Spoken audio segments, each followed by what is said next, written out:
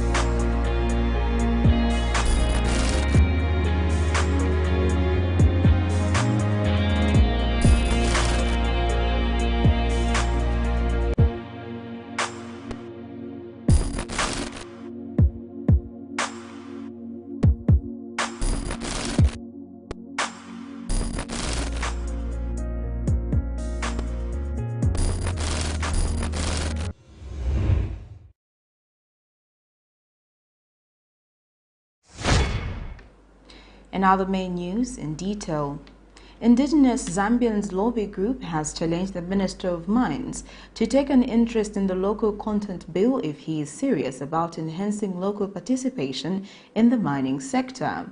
The government targets to reach 3 million tons of annual copper production in the next 10 years.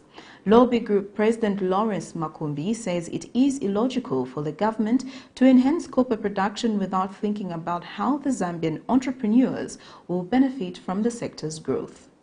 As Africa's second largest producer of copper, Zambia is highly dependent on mining, which accounted for 77% of total export earnings and 28% of government revenues in 2019. This sector is dominated by foreign ownership, and the participation of Zambians has been poor, and the provision of services to this sector is mostly done by foreign firms. Recently, we spoke to Minister of Mines and Mineral Development, Paul Kabuswe, who affirmed the United Party for National Development Administration's commitment to empower citizens to become active and proactive sector players. Whatever we want to do or we are going to do around them is for the benefit of Zambians.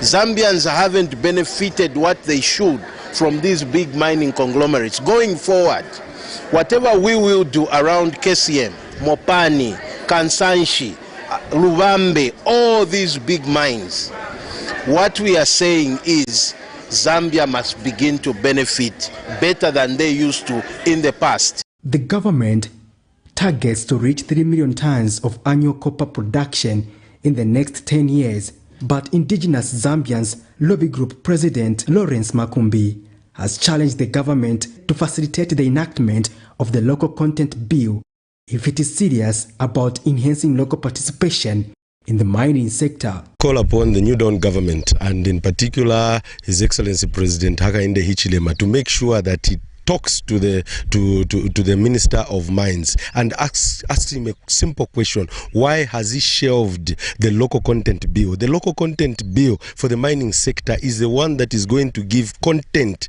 and authority to the Zambians to carry out cleaning, to carry out garbage collection, to do security, to do petroleum haulage, to do copper haulage, to do refrigeration, and all these stationary supplies to the mines. Why has the Minister of Mines put this bill, which we have contributed to as various sectors across the economic landscape of Zambia? This bill is already ready to give Zambians that platform where we can be allowed to benefit from the mineral wealth that we have. He says Zambia can only be developed by Zambians, hence the government needs to take deliberate steps by putting in place the right policies to steer citizen-driven development. Why is it that now is there an invisible hand that has come to control the Minister of Mines to stop him from having this local content bill? Because what we have right now is that the fuel is being transported by foreigners, cleaning is being done by foreigners, security services at all of these mines are being done by foreigners. Why do we not have this local content bill? Hence, it's a challenge to His Excellency President HAKAINDE HICHILEMA, and it's a challenge for the Minister of Mines to explain why he does not want this bill to go through, or is it that he does not want Zambians to benefit from mines or from the mineral wealth that we have as a country? If we cannot benefit from copper, where does this government want us to benefit from? Hence, it's a demand, it's a challenge to the New Dawn government. Patrick Soko, Camnet News in Lusaka. The Bus and Taxi Drivers Association of Zambia has called for an audit of committees in the transport sector to ensure that these are depoliticized if we are to win the fight against cadreism. In an interview, Association Secretary General Mr. Sidney Mbewe notes that despite political party officers being banned recently in bus stations, official committees spearhead to oversee operations of bus stations are comprised of members belonging to the party in government. He has also called for the banning of local money-saving schemes, locally known as chilimba, from being practiced inside bus stations, stating that it has become the new cause of confusion in these facilities. Ending cadreism in public facilities may not be as easy as it seems, as it is said that this vice has developed strong roots over the years. It is even believed by many stakeholders that this has become a source of livelihood for many youths among high unemployment levels and harsh economic conditions. Despite efforts such as the banning of illegal collection of levies in bus stations and markets by party cadres, as well as the recent banning of political party offices in these facilities, stakeholders believe the fight of ending this vice is far from over. The Bus and Taxi Drivers Association of Zambia says there should be an audit aimed at determining which areas this vice keeps resurfacing to make sure that it is put to an end. In an interview, Association Secretary General Mr. Sidney Mbewe says another area which needs attention is the depoliticization of bus station committees. Mr. Mbewe explains that despite these committees being official, they are usually occupied by bus drivers who are members of the party in government and are handpicked instead of being elected. We encourage the formation of as many associations as can be done, but without political influence. Now, we have seen a number of associations that have come up and whose persona, in terms of leadership, are politically affiliated. Now, we feel this is a danger because this is what we were exposed to in the Patriotic Front era, where members within our association became political figures.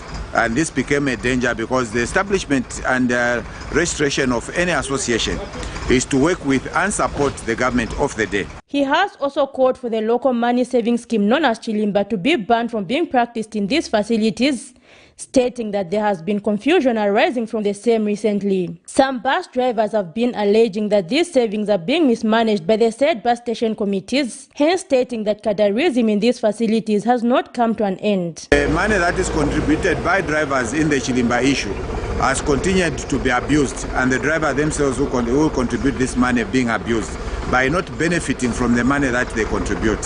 So hence we appeal that to the Minister of Local Government through the local authorities, or the local authorities through the Minister of Local Government, that the chilimba issue be suspended for a period of time until when the ministry is satisfied that the associations that are leading the members within the bus stations and markets are non-partisan, so that even in managing the contributions that are made by drivers, these associations will not be looking at diverting this money for political use or for personal use, but will be looking at resolving some of the economic and social challenges that their members would be going through. Stakeholders have been calling for a total cleanup in facilities such as bus stations and markets. Zipporah Mshala, Camnet News, Lusaka. Economic and Equity Party President Chilufya Tayali has charged that Zambia is exposing itself to danger by allowing the United States government to open the Africa Command AFRICOM, an Office of Security Cooperation at the U.S. Embassy in Zambia. Visiting AFRICOM Brigadier General Peter Bailey, Deputy Director for Strategy, Engagement and Programs, made the announcement during a meeting with the Republican President HAKAINDE HICHILEMA. According to the U.S., the new Office of Security Cooperation will enhance military-to-military relations and expand areas of cooperation in office management, modernization and professional military education for the Zambian security forces. But Mr. Tayali tells Camnet News that Zambia at the moment does not need military relations because it does not face any security risks. He says the move is only beneficial to the United States, which seeks military dominance and wants to monitor the region. Since 2014, the U.S. government has invested over 136 million kwacha, equivalent to $8 million in assistance for 7 iterations of pre-deployment training for Zambian battalions deployed in the United Nations multidimensional stabilization mission in the Central African Republic. Earlier this week, visiting United States of America Africa Command, Brigadier General Peter Bailey, Deputy Director for Strategy, Engagement and Programs, when he paid a courtesy call on Republican President HAKAINDE HICHILEMA at State House, announced that the United States government will open the Africa Command, AFRICOM, an Office of Security Cooperation at the U.S. Embassy in Zambia. However, this has raised questions among stakeholders who are wondering about the advancements in military ties between Zambia and the United States. In a historical context, late former President Patrick Mwanawasa rejected America's plans to set up a U.S. Africa Command AFRICOM base in Zambia, citing protection of national sovereignty.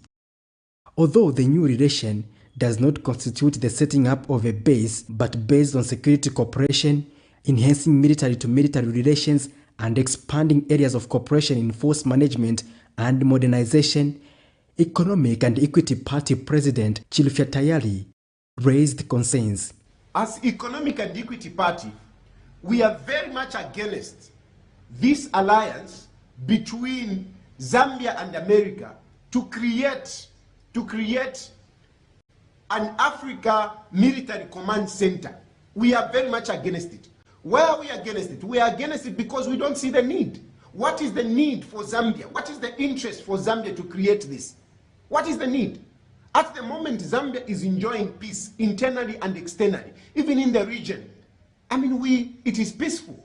So for what are we engaging this military alliance in with America? For what?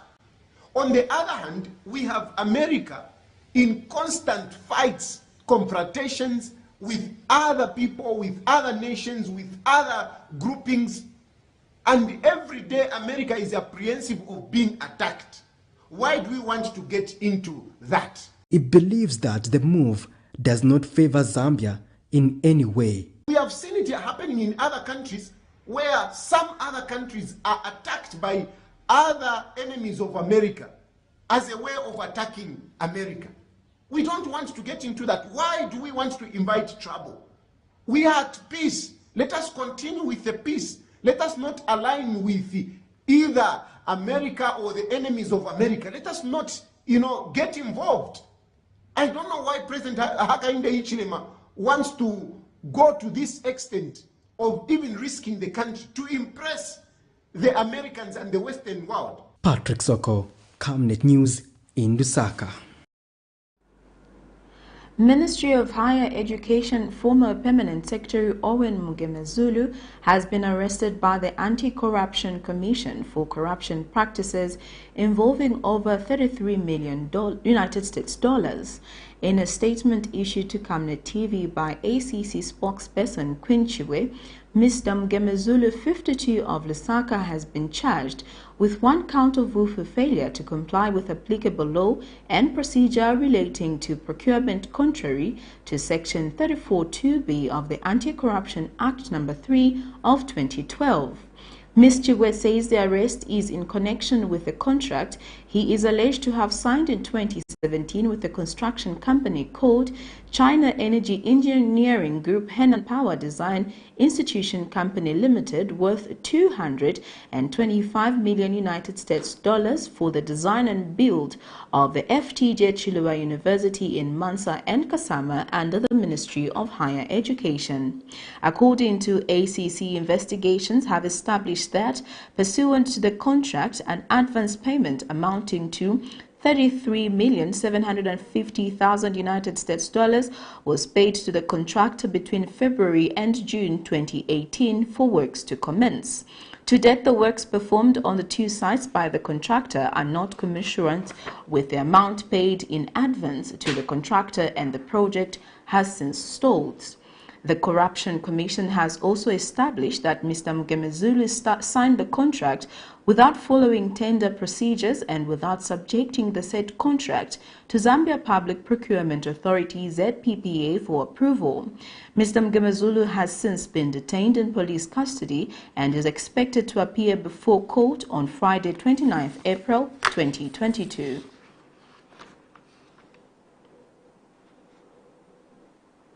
The opposition Golden Party of Zambia has charged that the police working around Republican President HAKAINDE HICHILEMA are misleading him. He explains that the topic that has characterized debate of late involving the Director of Public Prosecution is not being told as expected, hence the need for President HICHILEMA to grant the DPP an opportunity to speak.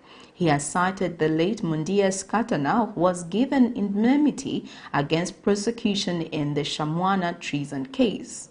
Mr. Silavwe has therefore asked Justice Minister Mulambo Haimbe to resign for failing to offer proper direction to the head of state in this whole matter. The president went on national TV, local and international media, saying that in Zambia there is no person who has the right to grant immunity. Fellow countrymen and women, that is not true. I want to give 3 cases to show the Republican president that is being misled by the Minister of Justice, the Attorney General, and the Solicitor General over the issue of immunity. In the case of Shamwana treason, the attempted coup, if you remember, Mr. Mundia Skatana the late, who became Minister of Agriculture of Zambia under President Levi Mwanawasa, was granted full immunity from prosecution, and he became a state witness. Secondly, we have got the case of Mr. Rajan Matani in his case of 2015 of forgery, where he was given immunity. In fact, his immunity is actually even for future prosecution. Even as at now, Mr. Rajan Matani enjoys full immunity in as far as that case is concerned. We've got another case also of the former Chief Justice, Matthew Ngulube, who also had immunity given to him so that he could not be prosecuted in the Chiluba Zam Troop account, President Chiluba Zam Troop account. These 3 cases prove to you. There are also many other cases. These cases, I've cited them because they are in public domain. The presidential handlers, whom I've mentioned, should have given this information to the president. In fact, the law firm that crafted the Chief Justice's immunity is a law firm where 2 partners, in the name of Honorable Haimbe, the Minister of Justice, and also the chairperson of the JCC, Mr. Malambo State Council.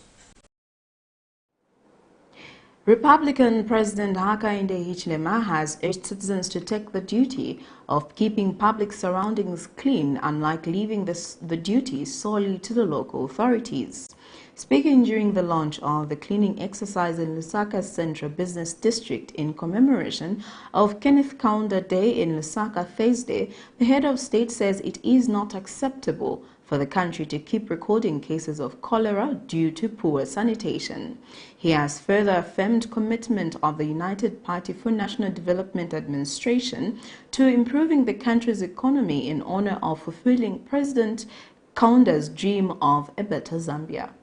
8 months after the United Party for National Development UPND formed government, reports emerged indicating that President HAKAINDE HICHILEMA has not drawn a presidential salary since ascending to office. Questions behind the move have been posed by various stakeholders. The head of state has however explained that the move is aimed at empowering citizens in need through the said money, adding that these will be identified through a structure that is currently being set up. Addressing journalists during the launch of the cleaning exercise, which was done in honor of Dr. Kenneth Kaunda, Zambia's first Republican president, on Thursday, President HICHILEMA says he is leading by example. I was always self-employed. I started working for myself when I was 27 years old. That is true. That's good, isn't it? You heard how I was answering that question. If then an orphan can benefit, more orphan, already we've been supporting orphans, if more can benefit from that, that's fantastic. My children, my biological children, have been stopped by me and my wife from working for government. None of them work for government. Why? It's to leave space for your children, yourself, to work for the government. Because HH's children are privileged. Now that they are privileged, they must allow others to also have access to income. Same principle. Same principle. I am funded by myself. The little investments we made when we were working for ourselves for such a long time, and a difficult time, is now to allow others to have access to opportunity. That's why I'm in public office. That's why I serve public office. Is that not a good thing? Wonderful. He has also called for the localization of the Keep Zambia Clean campaign to make the work of local authorities easier. If we don't clean our environment, if we live with debt, we will basically be afflicted with disease. Cholera. Cholera. Other debt-based diseases, then we'll get sick. Our people will get sick. We need everyone to remain healthy so that they can work and contribute to economic development, to create a job. You heard me yesterday launch the public-private partnership. Did you follow that? That will be our way of working, so that if a business can create just one extra job for one who finished school, completed school, but has been in the streets for 6 years, happy. You should be happy, right? But imagine that individual is just about to get a job under our new public-private partnership arrangement, and they die because of the debt. We will be responsible, isn't it? We will be accountable. So to avoid that, we clean. And this is an example for everybody to clean.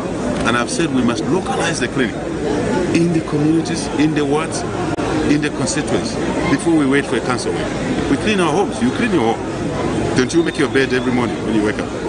Don't you sweep your room? It's the same principle. The cleaning exercise was held in honor of Zambia's first Republican president towards the vision of a better Zambia. Zipporah Mshala, Camnet News, Lusaka. The Civil Servants and Allied Workers Union of Zambia says civil servants should be allowed to have a second social security scheme aside from the National Pension Scheme Authority, NAPSA. In an interview, Union Secretary General Mr. Makai notes that this will help civil servants to invest in various ventures, explaining that savings from NAPSA alone are not adequate for investing into meaningful activities. He notes that beginning the year 2000, civil servants have been required to belong to NAPSA without a second-tier savings scheme. The issue of pension reforms. This is to do with social security of the workers. There's no law in this country. If there is, I'll be ready to be educated on that one, which shows or which told us that all government workers who were employed in 2000 or after 2000 all of them are just supposed to belong to one social security scheme, which is NAPSA. I've not laid my eyes on that law. If it is there, I will need to be corrected. But what we see generally in this country, or what I believe is the National Pension Scheme Authority is the basic national pension scheme. Thereafter, officers or workers are supposed to have second tiers or professional schemes. We have people who are working for NAPSA itself who are contributing to NAPSA, but they have got their own pension scheme. So many have got a two-tier system. People under ZESCO, they are contributing to NAPSA, but they have got another pension scheme. People working for state insurance. And all these companies you see, first, primarily they subscribe to National Pension Scheme Authority. Then they have got the second tier.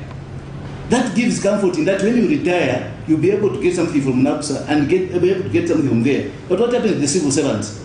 For us civil servants, as long as we employed after 2000, you were forced to belong to NAPSA, which we are saying it should be reformed.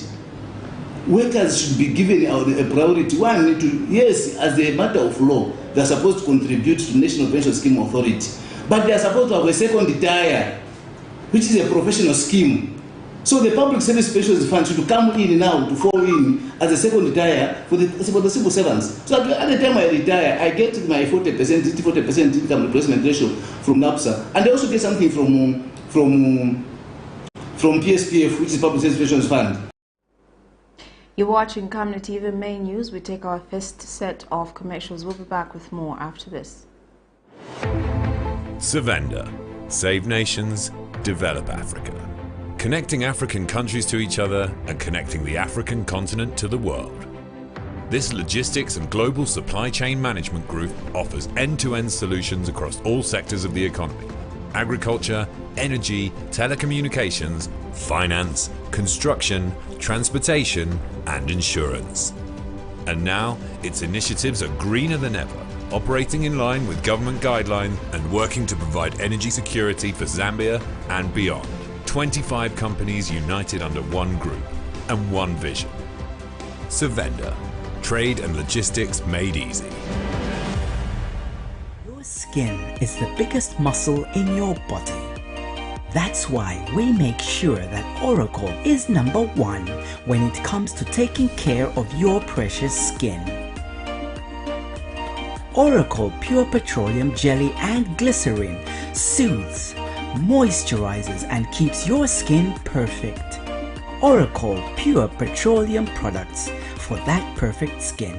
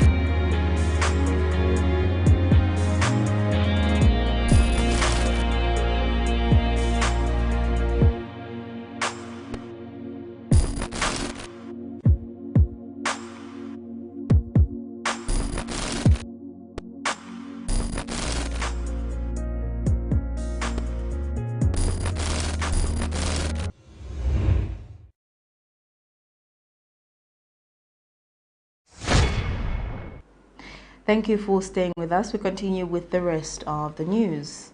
National Advocacy on the Rights of Persons with Disabilities President Euphrasia Lupia has appealed to fathers whose children are living with disabilities not to neglect them. In an interview with Camnet News, Ms. Lupia says every child is unique and deserves to live with both parents. She has since expressed concern over the rise in the number of cases being recorded of fathers neglecting children with disabilities.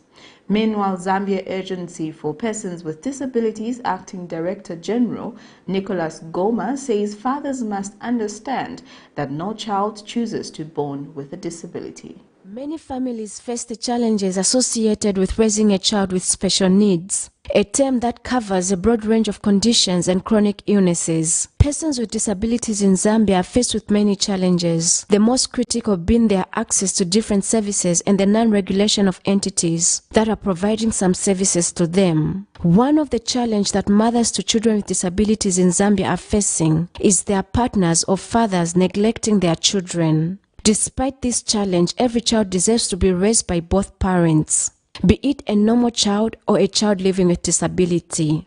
The National Advocacy on the Rights of Persons with Disabilities President has condemned the acts of most fathers neglecting children with disability. Especially Bamuna, leaving a very big burden to the ladies. It is really bad. Normally, especially wakati mwana ngai ama disabilities ya manje. Si alimunga amene tenzonkana na mapolio. Poliomyelitis amapo kuchila yamene iliso. Mutsanga sile muntu kutaende kusebenza kulibe. She has since appealed to the fathers to embrace children born with disabilities. Please, I'm emphasizing to say, bamene mutaba bana. Bamene futi mubisa bana will come. Niziba mamene mpezeka will come and search for you. Please, don't do that to persons with disabilities. Bana ngati babwela ma families yano, babwela. Mulungu aleta mwana wole mala mu family yano. Sikuti ni case, it's a blessing. That child can bring a blessing to you.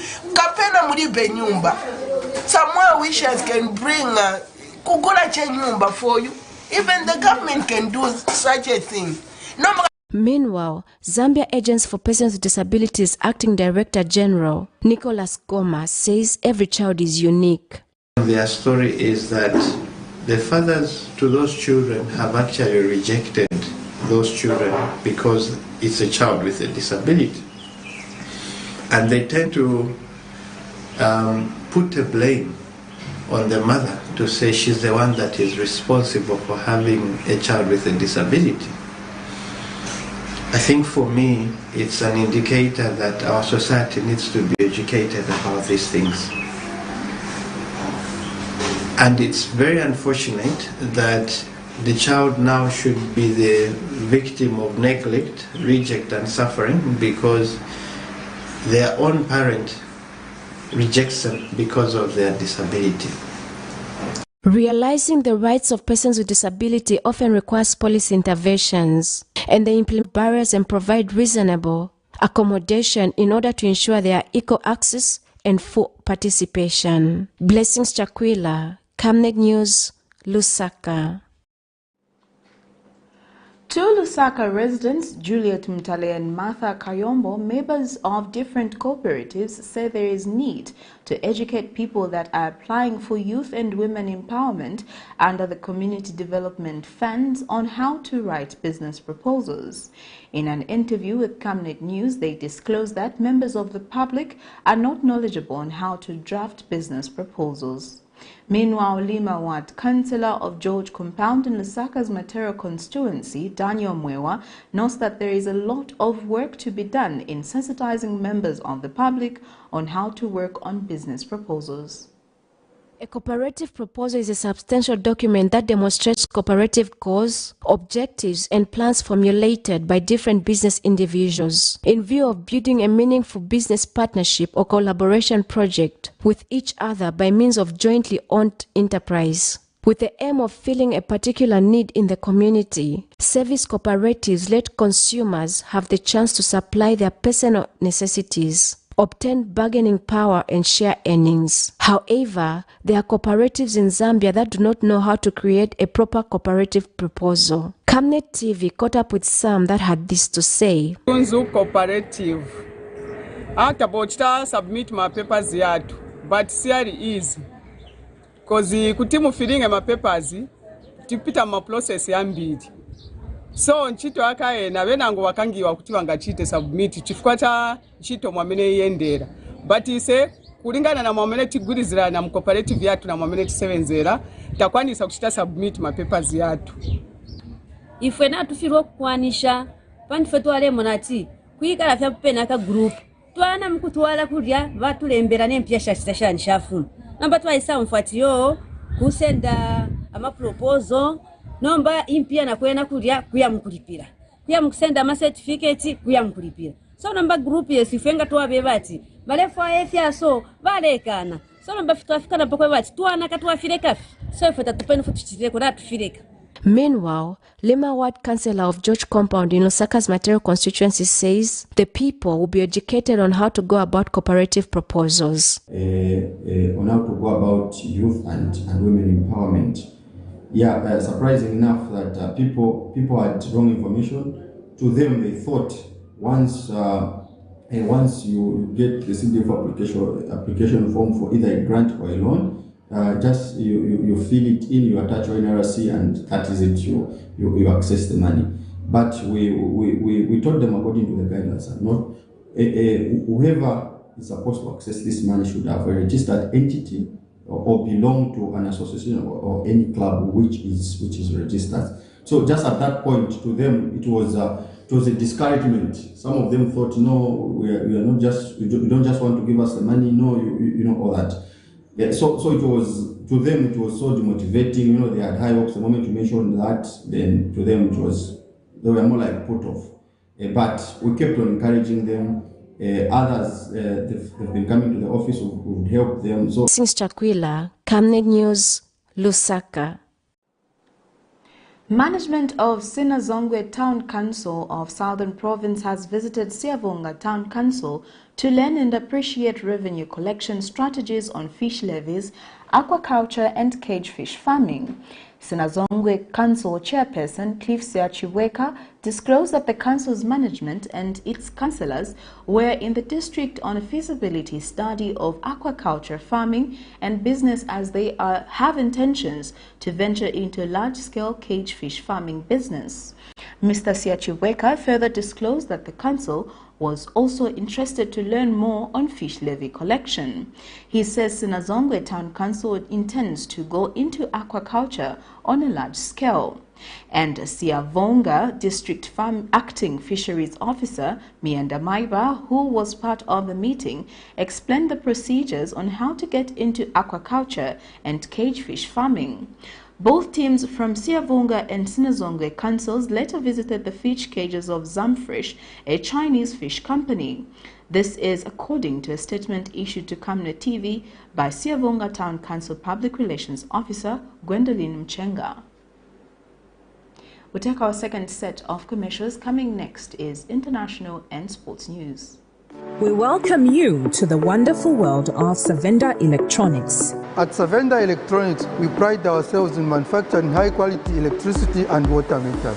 Boasting of the first of its kind state-of-the-art manufacturing plant in Zambia, Savenda Electronics manufactures customized smart electricity and water meters of international standards for both the local and international water and electricity utility companies. Our highly computerized factory, run by qualified staff, makes, calibrates, and electronically tests the smart meters to ensure only those meeting customer specifications are delivered to the market. Some of the main features which come with our meters includes notifications about low units, tempering, low battery, and many more customized features. Savenda Electronics provides on and off-site after-sales service and has favorable contract terms for water and electricity utility companies. Savenda Electronics, the real deal. Team, the trajectory of the business looks very positive, and it looks like we'll be able to launch the... She has so much data. Mom? Yes, baby? It says here, global warming and climate change is caused by the pollution from careless activities of human beings. Wow! Son, do you know I can turn my phone into a TV remote? How's that possible? It's so easy. Check this out. Be smart. Be fast with mega data from Zamtel. Get your 15 GB mobile data for only 100 kwacha, 30 GB mobile data for only 200 kwacha, and your 70 GB LTE data bundle with free Netflix, YouTube, Facebook, and WhatsApp.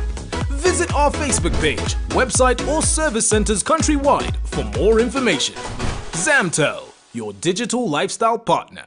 Camnet TV is becoming big and better. You can now watch Camnet TV wherever you are around the world, simply by downloading the Camnet TV app.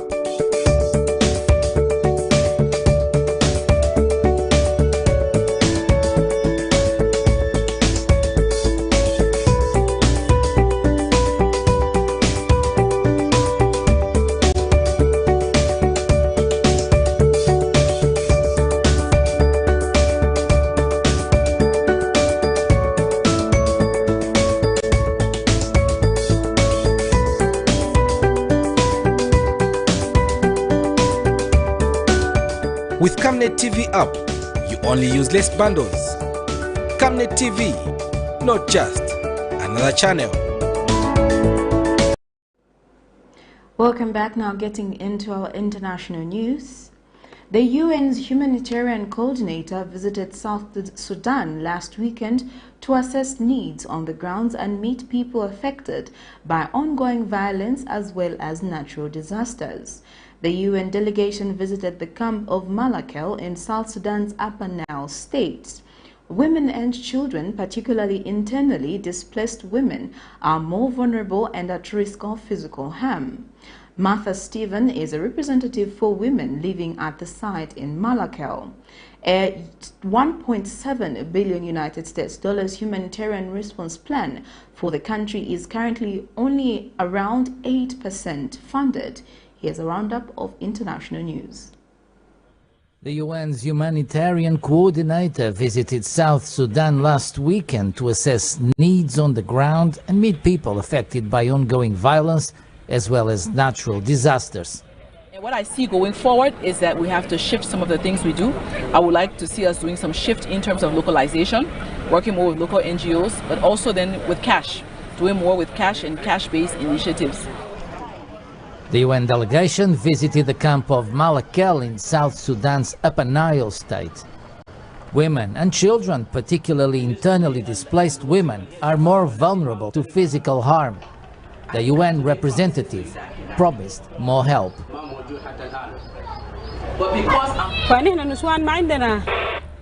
We women don't have jobs that can support us financially. We face a lot of challenges that make us go out to collect firewood that we can use and sell. Sometimes when you meet a drunk soldier, he may beat or rape you.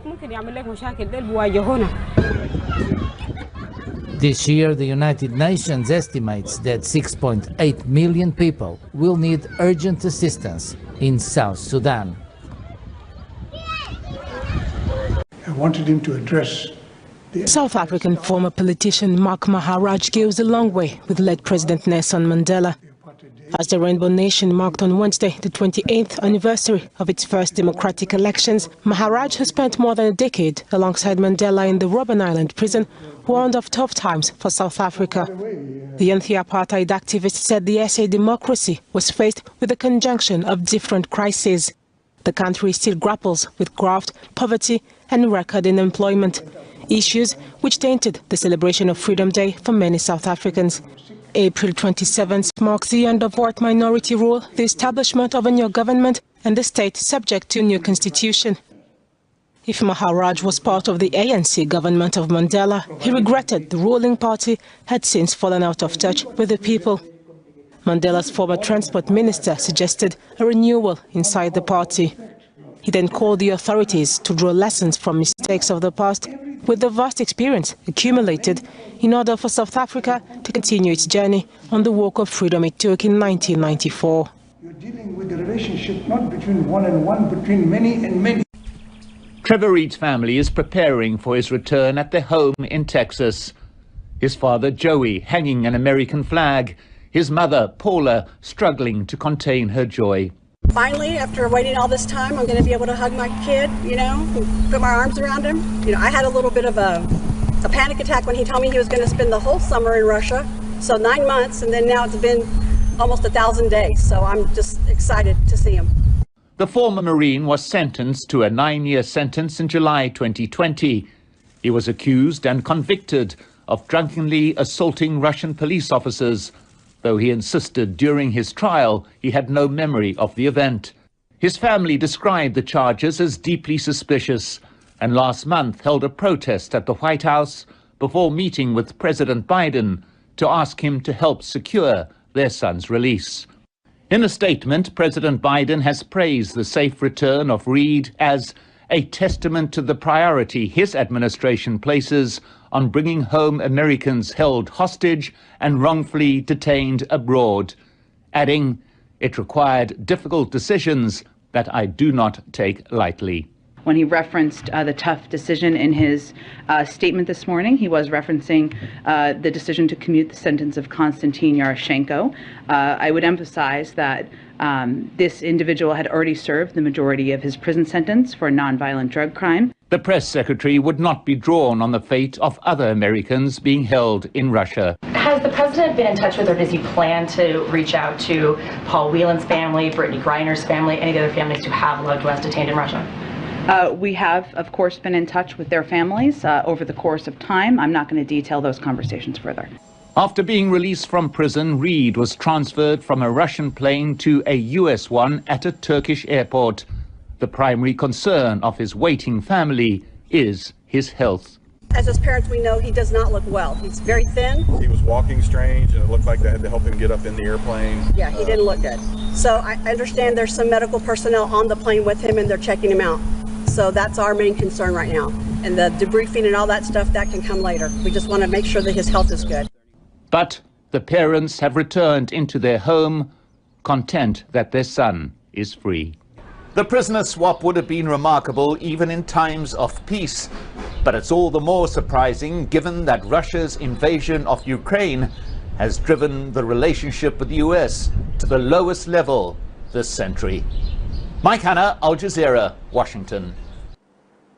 We now get into our sports news.